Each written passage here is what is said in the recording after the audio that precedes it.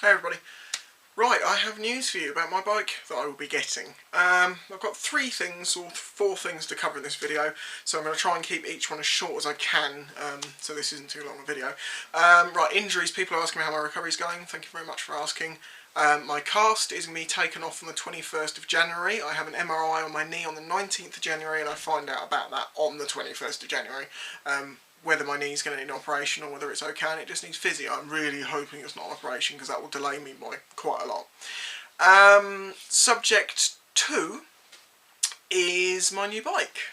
What will I be getting? Well, I've been talking to some companies and I've learned some information today that I didn't know, and that's what's helped me make my decision on what bike I'm going to be getting. It wasn't, I was offered some amazing offer by one side or another side. I decided before I knew I was going to get a little bit of help with it. I'm not by any means getting this bike for free, don't think that. I'm paying for this bike.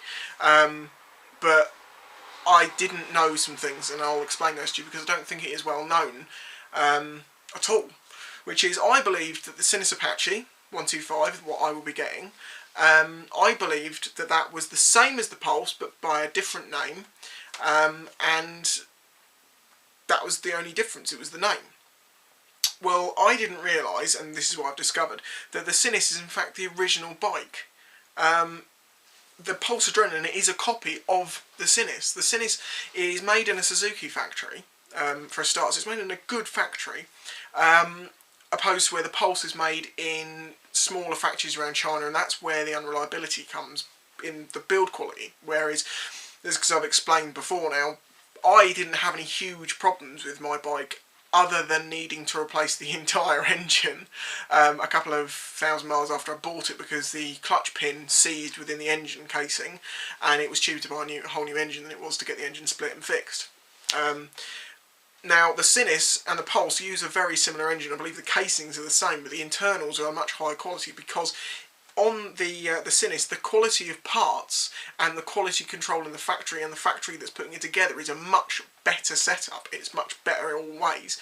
Whereas in the Pulse is made in sort of with inferior, cheaper parts. Although it does look very similar, they're not very much torn. And I've said to people in the past that what bike should you get, and I said, well, the Pulse is a fine bike to get. I mean, it did. I'm not slagging them off. It did me well. I did have problems, but now I'm going on to getting another bike, and I'm staying with a 125 for a while because, I mean, the running costs for 400 or like a DRZ, the license and everything, it's just not feasible for me to do that at the moment. I mean, maybe after I've got my claim money, I can look at doing my license and stuff like that. But the getting a 400 and then the extra running costs.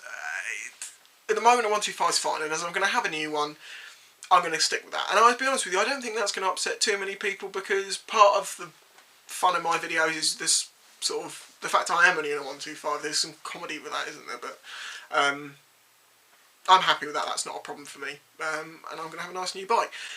Now, talking to Sinnis, they are so proud of their bikes. They are sure that I could tell the difference in quality by just sitting on the bike, and I was like, well, if that's the case, let me see. Let's see if it's that good. And well, from what I've heard from the different factories, it probably is. But one of the interesting things about this is one of the guys there, he rode a Apache across Mongolia. Not only that, it didn't break down while he was doing it. It went through hell, and it's also still being used out there as a chase bike for something. I can't quite remember what he said, but I think it was some race. It's being used as a chase bike. It says a lot, I think. The guy who rode that bike across Mongolia, they put some YouTube videos up. They are filmed on an iPhone, but yeah, they're about his trip across Mongolia on that bike. So in the description, you're going to find a link. Maybe subscribe to it. You know, show them that I have a bit of a spicy army and I help out their company for helping me out a little bit. And their Facebook also, I'll put that up. I'm not going to be like, Sinnis! I'm going to be honest with you guys about it all. Now, one of the examples about what I mean about build quality being improved and why I'm choosing to go with Sinnis rather than Pulse again, and that's what, now I know this difference, I would have made this decision anyway, is things like this, which is the fairings on the Pulse Adrenaline are made of this very cheap, non-flexing plastic. Jake takes the piss out of me because his ones bend and mine don't, they just break, and they're quite expensive. On the Pulse, as I say, this cheap, crappy plastic, which breaks before it bends, and they charge quite a lot for the replacement parts, hence my bike being held together with stitches rather than new parts. It just wasn't worth it knowing that they break that easily. The Sinis has got the polyurethane type, the bendy, flexible, decent, high quality fairings. Apparently even KTM is looking at where they have their where Sinis have their fairings made, because they're very impressed by them. And Sinis is a brand that's based in Brighton in the UK, whereas in Pulse, when I wanted to talk to them about the fact that my engine failed, for instance, there was no one I could go back to talk to about that. Turns out that was actually probably a manufacturer fault, which a recall was done, but it wasn't done back down to the level of the people who bought the bikes. I'm not saying any of this because they're helping me out a little bit. I made the decision before I knew they were actually going to help me that I was going to get one of those bikes when I found out this new information. It was like, well, yeah, it's worth the extra bit of money. People have mentioned they might be higher build quality, but I don't think anyone realises that the Pulsar's a copy. I mean, for you guys who own Pulsars, please don't be insulted. I had that, you know, I had Betty for a long time. I loved that bike and it was great. I did have problems along the way, and I'm just hoping that now I'm going to be getting back on two wheels again. I'll have a new bike. If it's a little bit better quality when I get it, I don't have to worry about the fairings breaking, because my fairings were held together with, I had loads of plastic welds in the back and bits of aluminium to replace brackets that snapped, and just little things that wouldn't have happened had the plastics been that little bit better. So for me it makes more sense, and I probably would have thought for a lot of people it makes more sense to spend that little bit more and get the high quality, which I would have said before had I known that information. Now, as it comes to paying for it, as I say, I'm not getting this bike for free by any means. I am going to have to get, with money I've got from my bike and some YouTube money, I'm going to scrape what I can together, and I should be alright. I might have to put a bit on my credit card, but I've got my big claim coming in, I don't know, 6 months, a year, however long it takes to get it, and that will help clear my debts entirely. So that's good, obviously. Now, a lot of people have been asking me to set a PayPal up for you to make donations. Now, I have talked about this before in a video, and I really appreciate you offering me that. It's very nice of you, and I'm kind of touched by it. It's like people actually willing to give me money. And the last time I did this, some people said, well, I don't understand why. Why would you not take the money? Because I don't want you to do that for me. I'm not trying to be overly proud or moralistic, but I just don't feel right taking money from people for that. I can look after myself, like I always have done. Everything I have I've bought myself. I'm in some debt from a camera I bought, but that unfortunately is just the way things go. But hopefully, as I say, that should be gone soon. And just, yeah, taking money from people, it doesn't feel right. And besides the point that I don't think it would go down well. I mean, help yourself, leave a comment, tell me what you think. If you think I'm just being too proud or too moralistic to not take it, or do you think that I'm actually doing the right thing not to take money from people.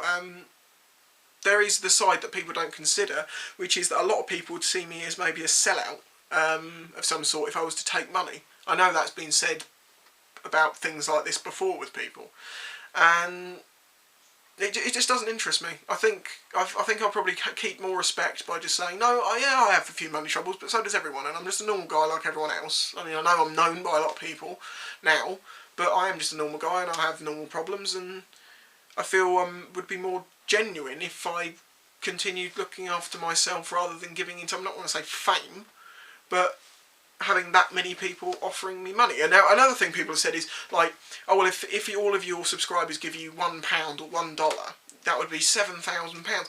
It wouldn't work like that. I mean, if you look at my videos, how many people view them to how many have subs, and the same with everyone else. You have an active subscriber base, and then you have sort of a more not so active that only watch videos every now and then. And that's why, rather than every video I have having 7,000 views, it may only get 3 or 4. So, as I say, thank you very much, but I will do that myself. The last thing I need to talk about is eBaying bits of Betty. Now, people have asked me to do this, and I would really like to do it because I would accept doing that, because I'm selling you a piece of memorabilia, you might call it, a piece of Betty, and you'd have that to keep. But unfortunately, I have an eBay account and a PayPal account, but they're in my name. So I can't use those to keep my identity secret, because that's something I do. So it's a problem having an eBay and keeping my details secret. Now, I could set up a new one, but as I understand it, I need to have a return address and stuff on there, and I can't give that out. So unless any of you know of some way that I can auction parts without giving away any personal details, you let me know. Because if I can do it in an easy way, in an actual sort of a legal, right way, then I can do that. But I don't want to set up fake accounts and stuff, which isn't legal. So let me know if you... I don't know that much about eBay. You might be able to enlighten me. So there you go. Say injuries, 21st of January basically is when I'll know what's going on with my hand and my knee. I'll look into actually getting the bike when I'm more able to actually sort of move around, which gives me time to get some more money in from sort of anything I can sell. People said, sell your TV, sell this, sell that. I'm not going to sell my TV. I need my TV to play my Xbox. But yeah, I'm going to scrape the money together. I mean, if you want to help me, rather than donating money to me, share some of my videos. Get me some more subscribers. Get me some more likes on my videos. Just maybe post some of my videos in forums if you found them funny or somewhere is. You know, if you help me with my videos, that will continuously help improve the money I get for the videos I make on YouTube because of the advertising. So if you want to help me, that's what you can do. I'd rather that you did that than give me money directly. So as I say, if you're a vlogger and you want to make a video, do you want to basically give me a shout? I mean, fine. I don't mind. If you feel like you want to do that and you feel like it would help me, then do it. If you, as I say, Facebook forums, share my videos on your Facebooks. All of that stuff combined will help in a greater way and in a more prolonged way, and in a way that I can accept, because it's, say, I'm getting something back from the time that I make the videos. I don't want to take that from you. The point is, it shouldn't ever cost you anything. It should cost YouTube, because the advertising, we're not YouTube, but you know the companies. That's the way I see that it's okay, and that's why I don't see it's okay to accept money from people making donations. Maybe I'm mad. Maybe I'm not. I don't know. Anyway, so that's what's going on. I'm not sure when I'm next going to make a video. As I say, it's only until the 21st that I find out about my hand and my knee, so it may be then. But otherwise, I'll catch you next time, guys, and thank you very much. First, so...